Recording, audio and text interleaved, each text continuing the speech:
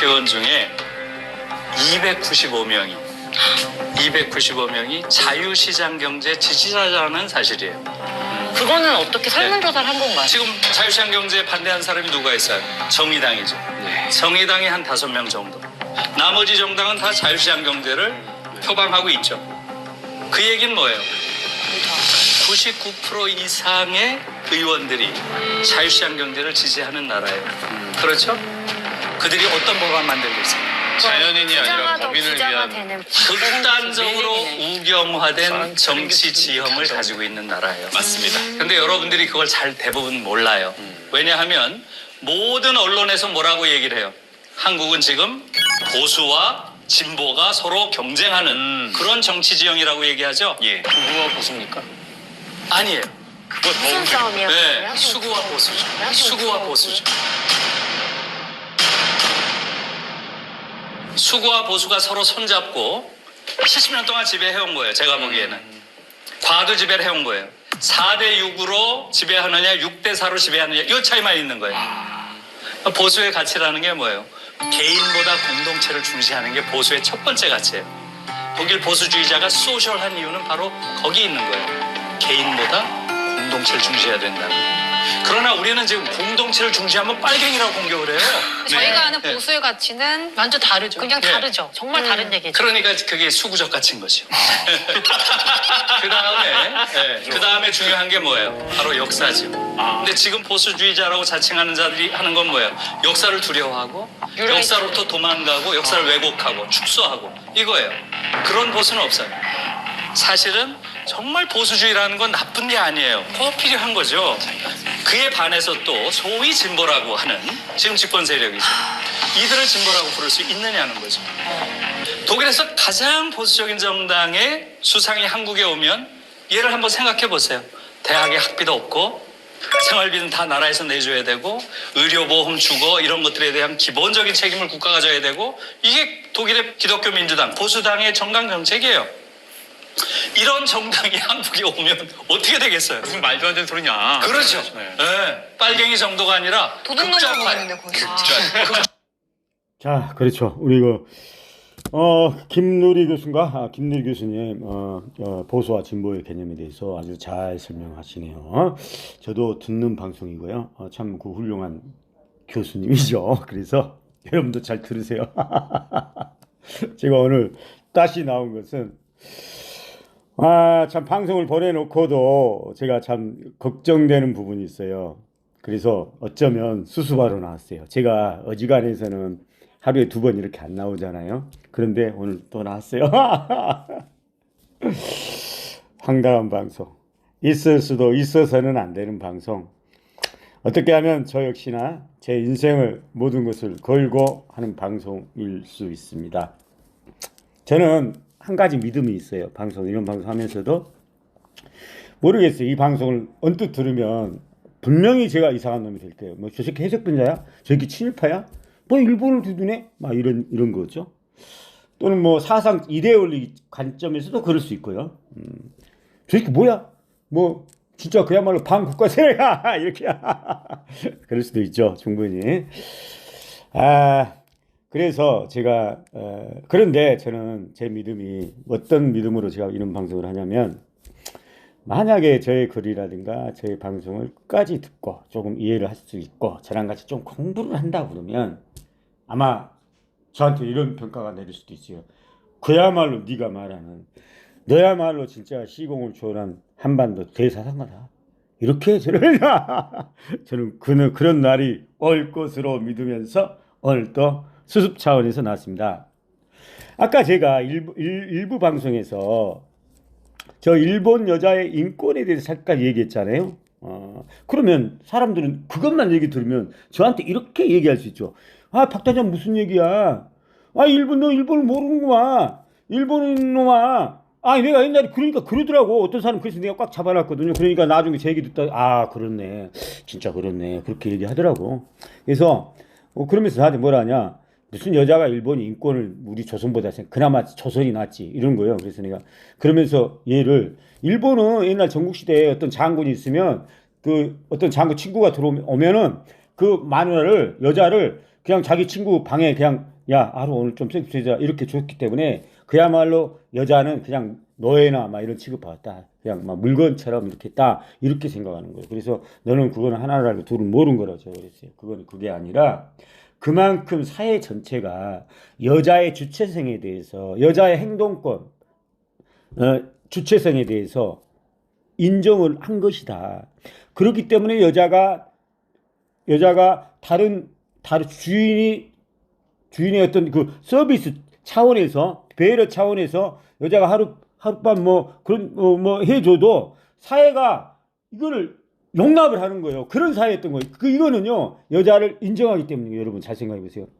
만약에요 한국에서 그런 일이 벌어지면 여자는 그냥 환양년일 뿐이에요. 도저히 그 지역사회에서는 그 여자는 살 수가 없어요. 인정을 안 해요. 그야말로 여자는 조선은 그야말로 여자는 그냥 상품 아니 자산 그냥 노예 이런 식으로 인권이라는 건 아예 자체를 여러분 이것도 여러분 공부하세요.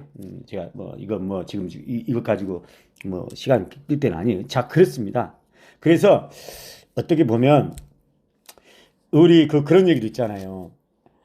어떤 한국의 대학생이 일본을 갔어요. 몸팔러 갔어요.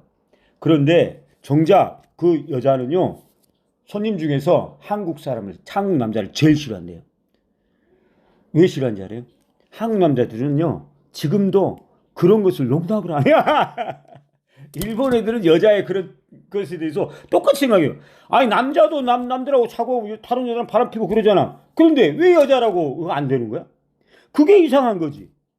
그럴 수도 있는 거지 여자도. 그걸 인정하는 사회가 일본이요. 그러니까 훨씬 여자의 관점이 보면 조선보다 훨씬 뭐랄까 개방적이라는 얘기죠. 그런데 왜 제 말이 틀렸어요? 그러잖아요. 들어보니까 그죠 여러분들? 항상 이런 식이에요. 여러분이 어떤 생각을 가졌으면 다 깰 수 있어요. 자, 그래서 오늘 주제는 오늘 2부로 나온 주제는 이 세상에 공짜는 없다. 아마 제목 한번 정해볼게요. 이 세상에 공짜는 없다 가지고 제가 나왔어요. 자, 그런데 그 전에 우리 사회에 대해서 우리 김유리 교수가 정말 잘 설명하잖아요. 우리 사회는요 어쩌다가 이렇게 극단적인 우경화 된 게 사실 문제예요. 바로 이 극단적인 우경화로 인해서 오늘날의 윤석열 같은 사람이 나온 거예요. 사실 우리는요 이렇게 극단적인 우경화가 됐다 보니까 예를 그러잖아요. 좌우로 보면은 예를 들면 보수 진보합시다. 보수에서 더 나가면 수구가 되죠. 그죠? 이것 보고 극우라고 그러는 거죠. 보수에서 더 나가면 극우, 수구. 진보에서 더 나가면 극자 이렇게 되는 거죠. 그런데 우리 사회는 극단적으로 우경화되고 반공 이데올리가 해방 이후로 지배하고 어쨌든 통치를 해야 되니까 우리는 어쩔 수 없이 조작을 할 수밖에 없었어요. 왜냐하면 당시 우리나라 조선 사람들의 의식 구조를 보면 도대체 해방 이후로 이승만 정권이 설 수가 없어요. 그건 무조건 빨갱이, 친일파예요. 이렇게 몰릴 수 있어요. 그러면은 참 힘들잖아. 그러니까 사실 조작이 어떻게 보면, 필요에 의해서 진행되고, 필요. 그런데, 어쩔 수 없었어요. 제가 객관적으로 봤어요. 우리 사회에서는 그럴 수밖에 없었겠다는 제가 이해가 간다니까. 왜냐면, 우리나라 조선 사람들은요, 아니, 일본한테서 전혀 인정을 아예 안 해버리잖아. 그런데 다른 나라는 그렇지 않아요. 어떤 나라도 이 세상도 오로지 우리만 그래요. 제 이유를 몰라서 이런 얘기 하는 게 아니거든요. 이유가 있죠. 민비 시해라든가 인지가 있었기 때문에 그렇겠죠. 그렇지만 어쨌든 그러더라도 객관적인 사실만큼 인정해야 우리나라가 문제가 없어요. 문제는 문제가 있기 때문에 그러는 거예요. 그래서 제가 이렇게 이 부분에 대해서 이렇게 열변을 토하는 겁니다. 자 그래서 참 이거 참 얘기가 또 저도 헷갈리네요. 자, 그래서 이제 그래서 왜 우리가 극단적인 우경화 돼 버렸냐면은 조작을 하다 보니까요. 우리는 조작을 밥 먹듯이 해버렸거든요. 그러다 보니까 너무 능해본 거야. 나중에 하니까 조작이 너무 쉬워. 그러다 보니까 나중에는요 2010년도인가 해서는 안 될 조작까지 저는 그거 모르겠어요. 그게 뭔지 모르겠어요. 여러분들 알아서 생각하세요. 자, 그래서 이제는 우경화 되는 거죠. 그래서 우리나라는요, 엄밀히 따지면 사실 극자가 없어요. 어쩌면 우리는 좀 더 여기서 과장하면 진보도 없어요. 제대로 된 진보도 없어요. 그냥 우만 있을 뿐이고, 그냥 극우만 있을 뿐이에요. 왜? 이동해버렸다니까. 전체적으로 이동해버리니까 원래는 극우도 있고, 극자도 있고, 진보도 있고, 보수도 있고, 이래야 사회가 이러면서 뭔가 토론이 되고, 얘기가 되고, 그러면서 정반합에 의해서 뭔가 이렇게 사상에 또는 표현의 자유, 이런 것들이 제대로 작동해야, 그래야 나라가 발전을, 사회가 발전을 하고, 우리도 뭐 얘기를 하더라도 그러잖아요. 그런데 지금 우리나라는 보면은, 여러분 언뜻 보더라도, 대학을 예를 들면 대학 동문이라고 합시다. 대학이라는 건요, 클 때자 대자에 책임을 져야 돼요. 그 대학을 나온 사람들은. 대학을 나왔다는 거. 클 때자에. 큰 학문을 한 사람들이요. 그런데, 그런 사람들이 세상에, 그리고 인간에 있어서 정치는 너무나 당연한 거예요. 정치. 우리 삶이 정치예요. 그런데 우리 사회에서는요, 대학 나온 사람들도 정치 얘기를 안 해요.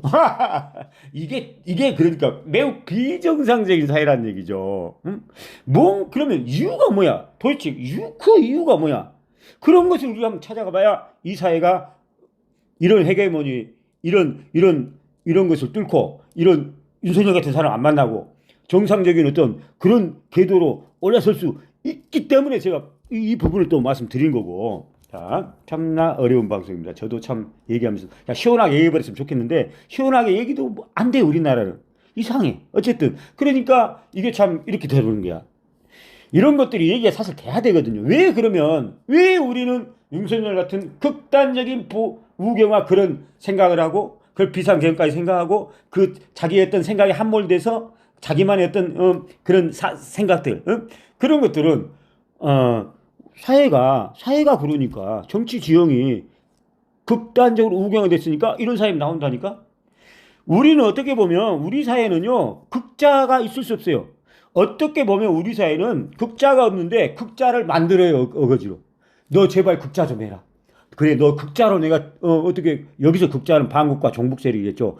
자 이거를 사실은 우리 사회는요 전체적으로 왼쪽 오른쪽으로 이동했다고 그러잖아요. 그러니까 극자가 있어야 될 게 없어져 버렸다니까. 직관적으로 보더라도 예를 들면 우리나라 사람들이 반국가 종북 세력이라고 이렇게 윤석열 같은 사람 얘기를 하는데 여러분 어떤 미친놈이 지금 이 시대에 누가 보더라도 직관적으로 경제 뭐 먹고 살고 뭐 이런 그런 걸 떠나서 딱 보더라도 직관적으로 보더라도 벌써 3대 세습하고 있는 나라가 북한이잖아요. 나라가 잘못 살고 잘 살고 그걸 떠나서 그런 상황에서 옛날에 북한이 정상적으로 그래도 옛날에 뭐 김일성 뭐 이런 놈들 그때만 해더라도 사회가 극자가 있을 수 있고 반국가 종북 세력이 있을 수도 있었죠. 그때는. 그러지만 지금 누가 극자가 하겠어요. 누가 보더라도 북한은 가라 해도 안 간다니까. 자 그래서 그런데 이번에 포고령도 극우 반국가 종북 세력들 척결 이걸로 나오잖아. 이거 이상한 거 아니에요, 여러분들? 그러니까 일종의 이런 거일 수 있죠. 겉으로는 평화하면서 속으로는 야, 총 좀 쏴줘. 우리 선거하니까 총 좀 쏴줘. 자, 이런 부분이 묘한. 그래서 이거는요, 왜 이런 현상이냐면요. 해방 이후로 우리는 어쩔 수 없이 조작을 할 수밖에 없었고 조작이 계속 조작을 꼬리를 물다 보니까 이제 조작이라는 것은 여기서 모략의 정치거든요. 조작의 정치는 조작이라는 것은 팩트가 아니잖아. 팩트를 벗어난 거잖아. 우리 그 김누리 교수가 보수와 진보를 얘기하는데 여러 소리를 합니다. 이렇게 보면 다 맞는 얘기예요. 뭐 이런 얘기도 하잖아. 보수는 뭐다? 공동체의 가치를 중시하는 게 보수고 진보는 그것보다는 개인 또는 보수는 받기 이대로 있으면 좋은 거, 안 받겠으면 하는 거, 뭐 관성이라고 할 수 있죠. 그런데 진보는 좀 바꿔보자. 그런데 그래 다 좋다 이거야. 그런데 한번 이거 바꿔보면 안 될까? 좀 개선해보면 안 될까? 이런 거잖아. 운동이라 할 수 있죠. 모멘텀, 관성 대 모멘텀이라 할 수 있죠. 철학적으로 이렇게 나눈다고 그러면. 그런데 이런 것들은 뭐 어려우니까 저는요 이것보다는 저는 차라리 보수와 진보는 저는 이렇게 논하고 싶어요. 보수는 팩트를 기반하는 게 보수예요. 그렇다면 진보는 인기를 기반하는 게 진보죠. 이렇게 하면 오히려 이해가 쉬울 수 있어요. 어쨌든 보수는요, 팩트를 기반하는 것이 중요해요. 팩트. 무조건 보수는 팩트로 가야 되는 거예요. 대한민국의 보수가 그나마 보수, 그러니까 국힘당, 저 세력들이 그나마 그 중에서 제가 점수, 야, 저건 하나 잘한다 라는 것을 저는 한일 관계라고 봐요. 한일 관계만큼은 진보보다 나아요. 왜? 그래도 보수는 팩트를 기반으로 하더라고요. 제 얘기는 무슨 얘기냐면, 일본의 일제 비록 강점기지만 긍정적인 부분도 있었기 때문에 지금 와서, 그리고 친일파라 우리가 공격하지만 나름대로 친일파 사연을 들어보면 어쩌면 성각자일 수도 있다, 이런 식의 어떤 역사 인식이 있기 때문에 한일 관계는, 지금의 한일 관계는 안 된다, 뭔가 개선이 필요하다, 이런 거 아닙니까? 제 말이 맞습니까? 그렇다고 그러면은 보수가 그거는 팩트를 기반한 거죠. 한일 관계만큼은 오히려 진보가 팩트에 기반하지 않죠. 인기, 퍼퓰리즘 이런 기반하죠. 그러니까 한국은 무조건 친일파 제가 한다고 그러면 군중들이 다 우와와 그런 거죠. 다 우와하고 친일파, 그래 누가 친일파, 이런 식이죠. 그런데 친일파도요 나쁜 게 아니에요. 어떻게 보면 우리 역사를, 제가 참 이런 얘기, 그래서 이런 얘기를 하는데 참 도대체 얼마만큼 참 이해를 하실 수 있을란가 제가 모르겠습니다만, 어쨌든 저는 제 모든 인생을 걸어놓고, 왜냐, 이 문제가 해결되지 않으면, 이런 문제들이 해결되지 않으면 우리나라 사회는요 미래 발전이 없어요. 그냥 끝이에요. 망해요. 망해. 지금이라도 우리는 팩트를 기반으로 해야 돼요. 그런데 대한민국 보수는요 아쉽게도 슬프게도 팩트를 기반으로 하지 않죠. 보수야말로 팩트를 기반으로 하는데 보수야말로 팩트를 기반으로 하는 거예요. 웃기는 거예요. 알고 보면. 저는 보수가 좀 팩트를 기반으로 해서 정치를 했으면 좋겠어요. 남북 문제든 중국 문제든 뭐 외교든 모든 국방이든 모든 걸 팩트를 기반으로 했으면 좋겠어요. 그런데 아쉽게도 오히려 보수가 거짓을 기반으로 해서 상대를 자꾸 중상 몰아가려는 게, 이게 문제예요. 대한민국 보수가. 자, 보수와 진보가 이해가 잘 안 가시면, 내가 어떤 그 고등학교 A 어떤 3학년 반을 예를 들어서 한번 빨리 설명할게요. 자, 보수는요 이런 거죠. 자, 6시에 어떤 월드 3학년 고등학교 3학년 교실에 6시에 자율 저기 보충 뭐 이제 자율 뭐 10시까지 공부를 시켜야 되는데 7시에 어디 월드컵 축구 경기가 있다 칩시다. 자, 이때 보수의 가치를 중요한 선생님은 비록 욕을 얻어먹고 학생들한테 욕을 얻어먹을 각오를 하고라도 팩트적인 관점에서 그래도 남아서 3시간 공부하는 애가, 팩트는 그래도 걔들이 성공하는 게 팩트거든요. 그러잖아. 그건 사실이잖아. 우리 인류를 보면 그래도 참고 인내하고 뭔가 하고 싶어도 꾹 참고 남아서 공부하는 애가 성공하잖아. 요건 팩트예요. 자, 이럴 때 보수 선생님은 자, 학생들한테 인기는 각오하고, 인기가 없을 것은 다 인기 없어요 이런 선생님은. 그렇지만 팩트 믿고 그래도 니네들을 위해서 야 오늘 거의 가지마. 그리고 우리 오늘 또 여기서 3시간 동안 공부하자. 자, 요게 보수예요. 그런데 진보는요, 이때 진보 개념 제가 이해하도록 제가 설명하는 거예요. 그래서 예를 든 거예요. 진보는 오늘 하루 쉬자. 그리고 오늘 뭐 나라 뭐 행사도 하고 뭐 중요한 축구 경기도 하는데, 자, 오늘 그냥 일찍 보내줄 테니까 가서 한국 대표팀 응원해라. 그러면 학생들이 이때 어떻게 해요? 우와 하고 타라라 최고 선생님 이렇게 하죠. 그렇지만 이게 팩트적으로 볼 때 그게 옳은 일이에요? 학생의 신분에서 그래도 참고 인내하고 공부하는 게 낫겠죠. 자, 이렇게 보수와 진보는 바로 이런 보수와 진보죠. 자, 이거는 사회 다방면에 다 해석이 돼요. 이렇게 보면. 그러면 이제 이해될 거예요. 자, 그런데 한국의 보수가 뭐가 문제냐면, 자, 이런 거죠. 또 한국은요, 아니 진짜 한국 보수는 예를 들면 뭔가 자기들이 뭔가 함정을 딱 만들어놔요. 뭐 천안함이라고 예를 들까? 이거 아직까지 우리나라는 이런 얘기가 사회적으로 토론이 되고 이렇게 정상적으로 어떤 얘기가 돼야 되는데, 말만 우리나라는 그 민주주의지 사실 내용적으로 보면 사상이라든가 표현의 자유가 없는 나라예요. 왜? 그러니까 이런 얘기를 하는 거죠. 극단적인 우리가. 오죽하면 서도 독일에서 독일에서 그 정책을 발표하면 우라고 야, 야, 너 왜 그렇게 우로 나가냐? 이런 것들도 우리나라에서는 만약 그 정책 발표하면 그거는 빨갱이야. 그만큼 우리는 우로 극단적으로. 자, 뭐 예를 들면 이런 거지. 자, 만약에 뭐 천안함이 당시 이명박 정권의 발표대로 어떤 그 발표대로라면 그러면 누가 딱 보더라도 야, 그러면 남북 문제는 이게 이렇게 규정돼 있는 한 앞으로 남북 문제는 우리가 꿈도 꾸면 안 되겠네. 파탄이네. 이렇게 생각할 수 있잖아. 이거는 양식적으로 그러잖아요. 자, 그런데 그러면 우리 민족이 어떤 민족입니까? 참 이거 참 얘기하려면 참 길게 되는데 우리 민족은요. 5,000년 동안 지난 5,000년 동안 중국한테 복속이 안 된 유일한 나라입니다. 그만큼 우리 민족은 어떻게 보면 징한 나라예요. 일부 다른 나라들보다 우리는 징한 나라예요. 고려 때 몽골이 우리를 하마터면 복속시킬 뻔했잖아요. 그런데 북막으로 남겨놨. 저 새끼들은 그래도 북막으로 남겨놨잖아. 사돈 관계로. 이 사돈 관계라는 얘기는 주권을 인정한 거잖아. 동등한 관계잖아요. 그런데 몽골이요. 당시 여러분도 아실 거예요. 단 한 나라도 그러잖아요. 다 지배했어요. 다 자기 나라 만들었어요. 대몽골 제국을 세웠잖아. 유일하게 고려도 똑같은 상황이었어요. 그렇지만 고려만 놔둔 거예요. 첫 번째, 징하니까 그럴 수도 있어요. 두 번째는 그래도 저 나라는 만약에 저걸 만약 몽골로 지배했다가는 문제가 생길 수 있거든요.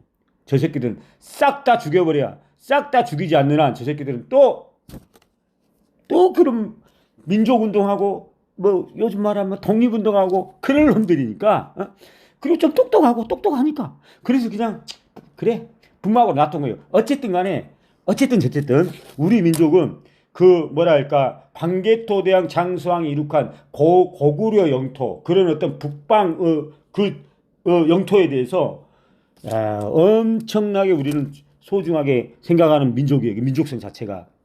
고려 왕건도 고려라는 이름을 세울 때도 우리는 언젠가는 고구려가 돼야 된다. 그 얘기가 무슨 얘기입니까? 응?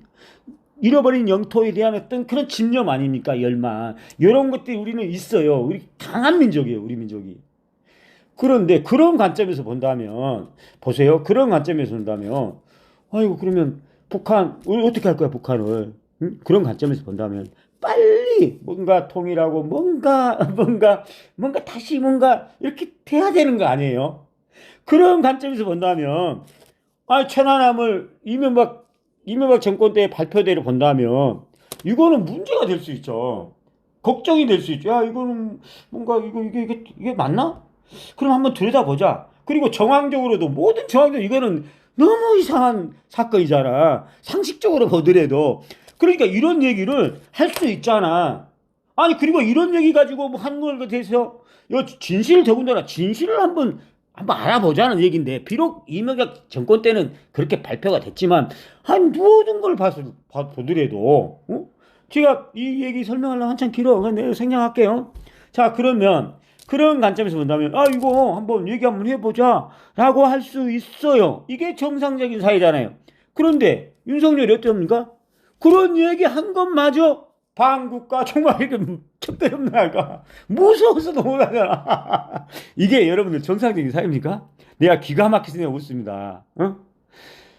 이거는 그동안 한반도 5,000년 역사를 봤을 때 우리 민족의 특성을 봤을 때 우리 민족은 스스로 이렇게 자기 땅덩어리인데 그것을 뭐 쉽게 얘기해서 지금의 남북 정책은 어쩌면 자칫 잘못했다가는 북한을 중국에 내주는 정책이잖아. 이거 진짜 위험한 정책이라니까? 여러분들 웃을 일이 아니야. 그런데 이 부분에 대해서 어느 누구도 문제의식이 없잖아. 그러잖아 여러분. 사실이잖아. 그동안 5,000년 전에 우리 민족의 우리나라를 살았던 그 사람들의 모습과 최근 한 20년 동안 천안함 전국 위에 우리 사회가 변모된 이 모습을 보면 너무나 이질적인 모습이잖아. 기형적인 모습이잖아. 그 전에 없었던 모습이 지금 나오고 있잖아. 그럼 이유가 뭐야? 우리는 이유라도 알아봐야 될 거 아니에요. 여러분이 아세요. 제가 어떻게 얘기하겠습니까? 이 방송 다른 데도 나가나? 그래서 참 아까 제가 이런 얘기를 했나요? 어쨌든 간에 그러니까 그렇게 딱 함정을 딱 가다 놓고 자 이렇게 가다 놨어요. 예를 들면 천안함 같은 거 천안함뿐만 아니에요. 대표적인 때문에 제가 천안함 얘기하는 거예요. 그래 놓고 무슨 진실을 얘기하고 그러면 다 몰아본다는 얘기는 이것이야말로 팩트에 기반하지 않고 대표적인 모략 정치 아닙니까? 그러잖아요. 이러다 보니까 사회가 우경화될 수 있는 거죠. 극단적으로, 아주 극단적으로. 어쨌든 간에 진보는 팩트를 기반으로 해야 되고, 보수는, 그리고 진보는 인기를 기반으로 하는 거예요. 그래서 저는요, 보수만 올바르면, 보수만 제대로 가면, 제가 보수를 싫어할 이유가 오히려 저는 보수를 더 좋아해요. 보수야말로 정말 가치가, 물론 진보도 마찬가지입니다. 진보도 좋은 가치예요. 이런 것들이 서로 어떤 그 제약을 받지 않는 상태에서 자연스럽게 모든 국민이 자연스럽게 토론하고 얘기될 수 있고 이런 사회가 건강한 사회죠. 우리는 매우 비건강한, 불건강한 사회죠. 그런 면에서 보더라도 아니 대학을 나온 사람들이 정치 얘기를 안 해. 이게 제대로 된 겁니까? 저는 기본적으로 이건 대학교 그 졸업장 스스로 야 이건 나는 도저히 자격이 없어. 내가 대학을 어디 나왔다는 얘기 난 부끄러워. 그래서 난 내줘야 된다고 생각해요. 전 진짜 저는 그게 진심이에요. 그런데 우리는 그게 당연하듯이 받아들여요. 그리고 문제의식이 없어요. 그러니까 우리가 이런 사회가 된 거예요, 여러분들. 이런 정치가 된 거고 이렇게 극단적으로 우경화 돼버리고 우리도 모르는 사이에 그러다가 우리는 이제 남북 문제도 아무도 이런 문제를 신경을 안 쓰잖아. 우리 민족의 모습이 아니라고 그랬잖아. 저는 분명히 우리 민족은 그런 민족이 아니었다고 그러잖아. 역사를 통해서 제가 모든 걸 증명시킬 수 있습니다. 이 부분에 대해서 제가 얘기를 못해서 그렇지 여러 가지 이유로 언젠가 그런 시대가 왔으면 좋겠어요. 우리 사회도 이런 얘기들이 마음 놓고 기탄 없이 토론하고 어느 사회든 직장 내에서도 예를 들면 직장 마찬가지죠. 어디 가자. 자 이런 얘기를 거리낌 없이 할 수 있는 그러면서 그런다고 해서 내가 상대가 나 아니면 너는 이 개념이 아니잖아. 제가 얘기하는 것은 상대 얘기도 들어보고 내 얘기도 들어보고 그러면서 내 얘기도 한번 들어보고 들어보니까 그 얘기가 일리가 있네 이러면서 뭔가 사회가 발전하는 거잖아. 그런데 우리는요 극단적으로 양분해된 사회, 극단적으로 분열, 대립을 하기 때문에 그래서 그 진영 논리하고 그런 얘기를 전반부 제가 했잖아. 그러다 보니까 이렇게 이 사회가 이렇게 경직되고 이런 나라는요. 제가 그동안의 인류의 그 역사, 세계의 어떤 사상적인 그런 면에서 고찰을 했을 때 이렇게 심한 나라는요. 유일해요. 이런 나라가 없었어요. 단 한 번도 나타난 적이 없어요. 우리는 참 희한한 부분이 단 한 번도 없는 현상이 많이 나오고 있어요, 지금. 예를 들면 극단적인 저출산 이런 것도 사실은 우리 사회가 너무 비정상적이고 너무나 극단적으로 모순적인 사회를 받아 보니까 이제 이상한 현상이 나오는 거죠. 그런 것들이 바로 그런 거죠. 그 중에서 하나가 저출산 이런 것도 똑같아요. 모든 건 연결돼 있어요. 하나의 현상은 아니에요. 저출산이 하나의 현상은 아니라고. 물론 저출산이 너무 살기 힘들고 아파트 값 너무 비싸고 그래서 감당할 수 없고 그래서 그런데 그것만이 아니라고. 본인들이 살아도 이 사회가 너무 개판인 거야. 뭔가 이유는 모르지만 너무 개판인 거야. 아니 기본적인 얘기가 안 돼. 정상적인 얘기도 안 돼. 시시하고만 있어. 그리고 어디 가서 그 얘기를 이제 못해서 제가 볼 때는요. 우리 사회는 정상적으로 이런 얘기가 배출이 돼야 되는데 이거를 배출을 못하니까 이상한 익명의 공간에서 다시 말해 댓글 부대에서 연병삽질하고 있는 나라인 것 같아요. 그것도 굉장히 비정상적이죠.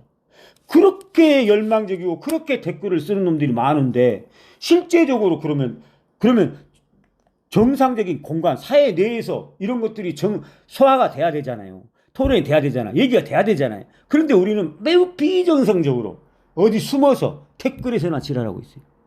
그러면 그렇게 관심 없으면 정치에 관심 없으면 댓글 부대도 없든가 그것도 하지 말든가 왜 지랄이야? 왜 그렇게 지랄이야? 왜 그렇게 극단적으로 우리 사회는 이래야 됩니까?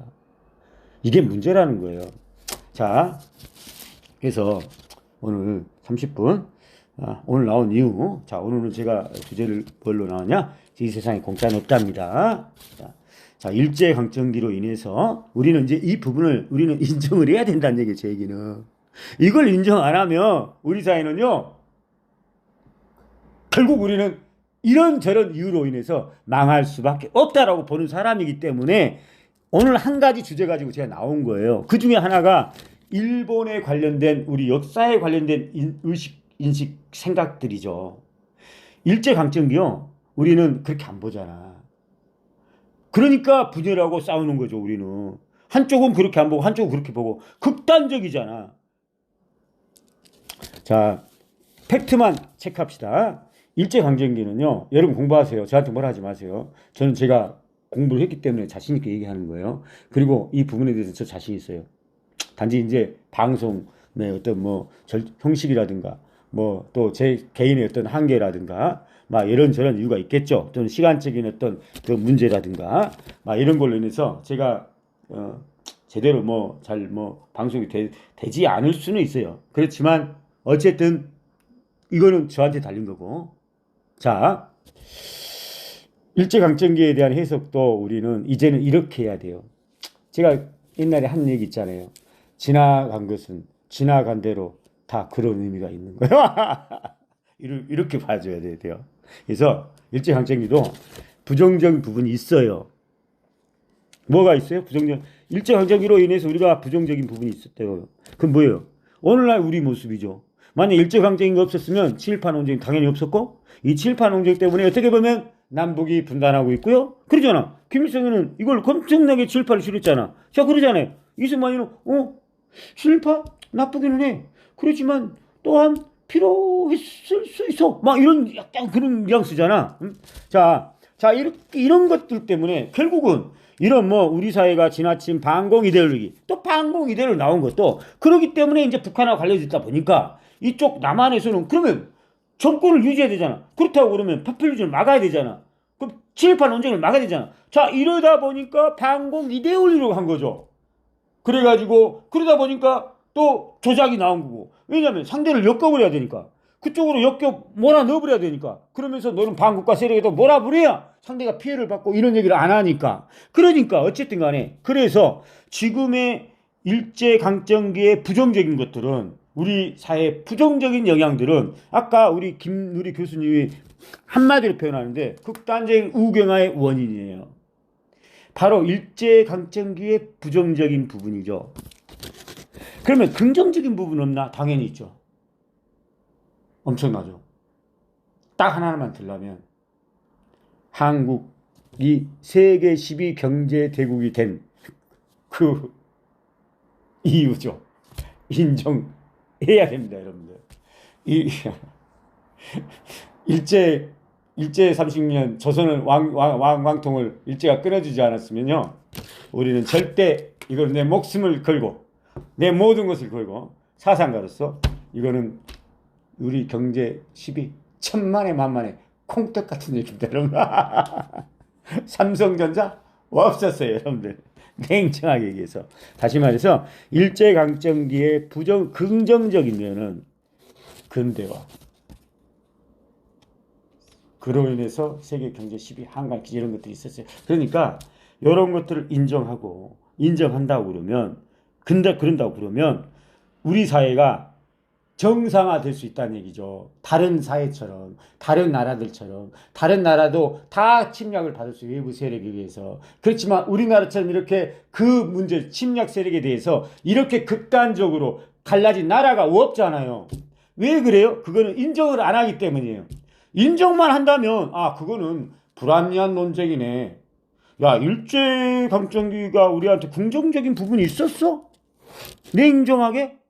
그러면 우리가 굳이 뭐 친일파 뭐 이런 거 가지고 뭐 그러다 보니까 뭐 반공이 늦게 나오고 분단까지 나오고 이럴 필요 있나? 이렇게 한 번은 생각할 수 있잖아. 이제는 그런 인식이 바탕이 전제 조건이 됐을 때 우리는 우리의 모습을 한번 되돌아볼 수 있는 거잖아요, 여러분.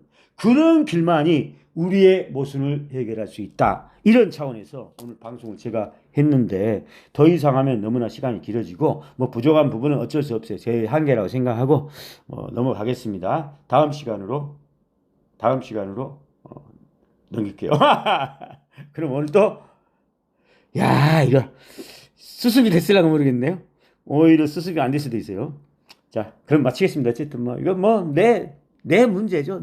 어차피 내가 이 문제를 긁어 부스럼을 제가 이건 저한테도 부담이 가는데 어지간해서 이건 해서는 안 되는 거거든요. 그래서 제가 항상 얘기하는 거예요. 있어서도 있을 수도 없는 방송이다. 황당한 방송이다. 그렇지만 내가 만약에 극복한다고 그러면 나는 이 시대 최고의 사상가의 반열에 진짜 오를 수도 있다. 둘 중에 한 길이 저한테 있어요. 열려 있죠. 두 길 다. 자, 그럼 이상 마치겠습니다. 수고하셨습니다.